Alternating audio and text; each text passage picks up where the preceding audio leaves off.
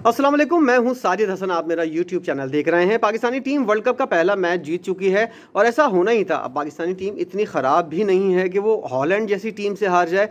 कुछ मौके ऐसे होते हैं जब पाकिस्तानी टीम ने मैच हारा है। पाकिस्तान ने 2007 के अंदर एक मैच हारा था और उसके अंदर हमारे कोच जो थे उनका इंतकाल हो गया था और एक बहुत बड़ी हार जो है वो पाकिस्तान के हिस्से में आई थी। लेकिन ऐसा कभी कभार ही होता है, ये चीज़ जो है ये कभी कभार होती थी। अब इसका पॉसिबल होना काफ़ी मुश्किल है। लेकिन मुझे ऐसा लगता है जैसा कि जिस तरह पंडितों ने, यानी कि कुछ लोग थे जिन्होंने ये वाली, और इंडिया के अंदर कुछ लोग ऐसे थे जो इस बात की तैयारी किए बैठे हुए थे कि पाकिस्तानी टीम को पहले मैच में हॉलैंड से शिकस्त होगी, उन लोगों को मायूसी हुई है। इंडियंस भी इस बारे में तैयार थे।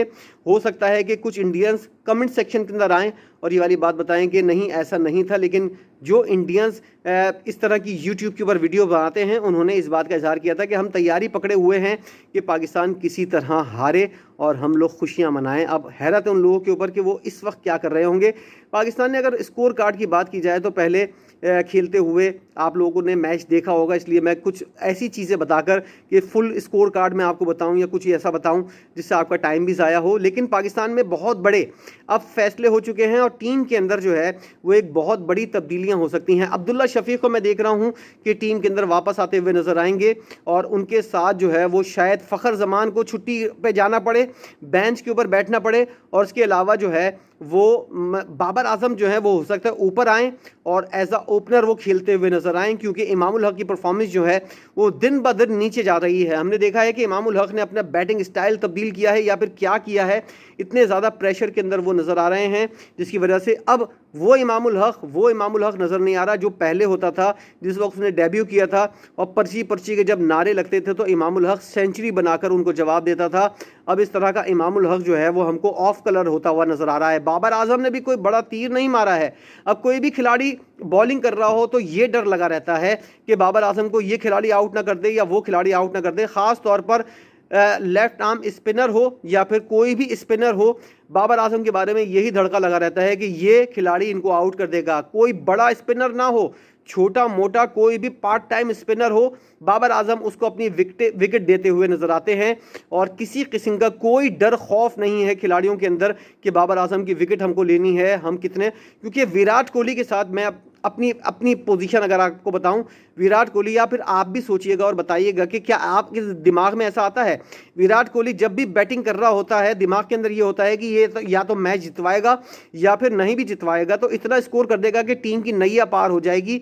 और अगर ऐसा नहीं भी हुआ, विराट कोहली जो है वो कभी भी अपनी टीम को बहुत कम मायूस करता है और ऐसा तो बहुत ही कम इम्कान है कि कोई भी खिलाड़ी आकर, कोई भी स्पिनर आकर या फास्ट बॉलर आकर विराट कोहली को आउट कर दे। लेकिन बाबर आजम के बारे में हम ऐसा नहीं सोच सकते।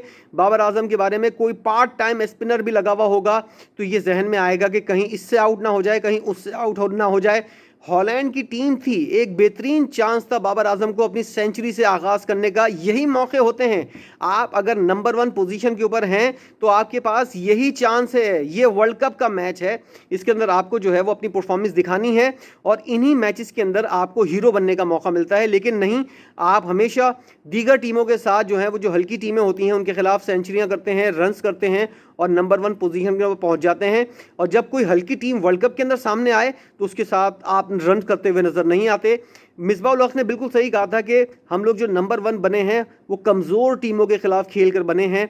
हमको जब तक बड़ी टीमों को शिकस्त नहीं देनी होगी, जब तक बड़ी टीमों को शिकस्त देकर हराना नहीं आएगा, जब तक हम नंबर 1 नहीं बन सकते।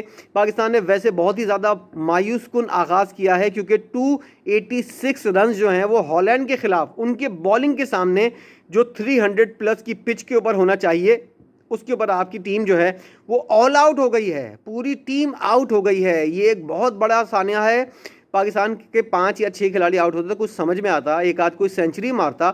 हॉलैंड की टीम सामने भाई कोई ऐसी कोई बड़ी टीम नहीं है, लेकिन आपको इसी वक्त यही चीज़ें होती हैं प्रूफ करने की कि आप कौन सी नंबर के ऊपर हैं। आप नंबर 1 से अभी नीचे आए हैं नंबर 2 पोजीशन के ऊपर और आप उस टीम से हारते हारते बचे हैं, या फिर कहा जाए कि उस टीम के खिलाफ आप ऑल आउट हो गए हैं, जो अपनी रैंकिंग के अंदर पता नहीं कहाँ जाकर है, जिसकी रैंकिंग का नंबर भी आपको नहीं पता है। तो ज़रा सा इस चीज़ के ऊपर जो है खिलाड़ियों को ध्यान देना होगा। और मैं फिक्रमंद हूँ श्रीलंका के खिलाफ भी, क्योंकि यही श्रीलंका की टीम थी जिसने आपको एशिया कप से बाहर किया था। हम समझते थे कि लंगड़ी लूली श्रीलंका की टीम है, कुछ नहीं कर पाएगी, लेकिन यही हुआ। पाकिस्तान को श्रीलंका ने वर्ल्ड कप से एशिया कप से बाहर कर दिया और ख़ुद फाइनल के अंदर जाकर एक्सपोज हो गई। 50 रन पर पूरी टीम आउट हो गई। अब क्या होगा, बाबर आजम जो है वो अपनी पोजीशन के ऊपर रहेंगे एज अ कप्तान, लेकिन उनकी पोजीशन जो है वो शायद तब्दील हो। बाबर आजम शायद ऊपर आएँ और उस जगह के ऊपर या फिर अब्दुल्ला शफीक को जो है वो फ़खर जमान या इमामुल हक में से किसी को ड्रॉप करने के बाद जगह बनानी पड़े। और आज इफ्तिखार अहमद ने भी मायूस किया, सिर्फ 9 रन बनाकर वो आउट हुए। और उसके अलावा मोहम्मद नवाज़ ने कुछ कोशिश की, शादाब खान ने थोड़ी बहुत कोशिश की, हसन अली से जो उम्मीद थी वही हुआ, पहली बॉल पर वो आउट हो गए। शाहीन शाह अफरीदी और हारिस रऊफ़ ने भी रन्स किए और थोड़े बहुत रन्स किए हैं। शाहीन शाह अफरीदी ने 13 रन्स बनाए 12 बॉलों पर। 12 रन्स के ऊपर पाकिस्तान का जो है वो 12 रन्स बनाकर पाकिस्तान के ओपनर फ़खर जमान जो है, पाकिस्तान का फ़खर जो है वो आउट हो गए। लेकिन अगर वर्ल्ड कप आपको जीतना है और वैसी फीलिंग्स नहीं आ रही मेरे अंदर, याद रहे कि जो लोग उस ज़माने की क्रिकेट देख चुके हैं जिसके अंदर वसीम अकरम, वक़ार यूनुस, शुएब अख्तर, मोहम्मद आमिर, मोहम्मद आसिफ जैसे बॉलर्स और इस तरह के जो राना नवीदुल हसन हैं, इस तरह के बॉलर्स को अगर आपने देखा हुआ हो, उस ज़माने की क्रिकेट आपने देखी हुई हो, इस ज़माने की क्रिकेट देखने के बाद आपको सिर्फ मायूसी होती है और बहुत सारे आइडियाज़ हो जाते हैं कि खिलाड़ी किस तरह खेल रहे हैं और क्या इन लोगों से आदमी तवक्को रखे। इसलिए तवक्को तो ऐसा पाकिस्तानी जीत की ही होनी चाहिए, लेकिन जो देखकर अंदाज़ा होता है उस चीज़ों से बहुत ज़्यादा मायूसी होती है। आज मैं सोच रहा था, बड़े एहतमाम के साथ टीवी के सामने बैठे हुए थे कि आज बाबर आजम का बैट से रन्स निकलेंगे, फ़खर जमान अपनी फॉर्म में वापस आता हुआ नज़र आएगा, लेकिन ऐसा कुछ भी नहीं हुआ। वही मायूसी हुई, लुढ़कते हुए गिरते पड़ते आपने जो है 286 रन बनाए। वो भी अगर नॉट आउट जाते तो बड़ी अच्छी बात होती। पूरी टीम आउट हो गई 49 ओवर के अंदर और उसके बाद बेशक आपने बहुत बड़ा तीर मार लिया। हॉलैंड की टीम को 205 रन पे आउट कर दिया, 120 रन पे आउट कर दिया तो मानते। यही वाली चीज़ें हैं जिनकी वजह से हम कहते हैं कि पाकिस्तानी टीम जो है वो कुछ डिज़र्व करती हुई नज़र नहीं आ रही। अब देखते हैं अगले मैचेस कैसे होते हैं, किस तरह के होते हैं।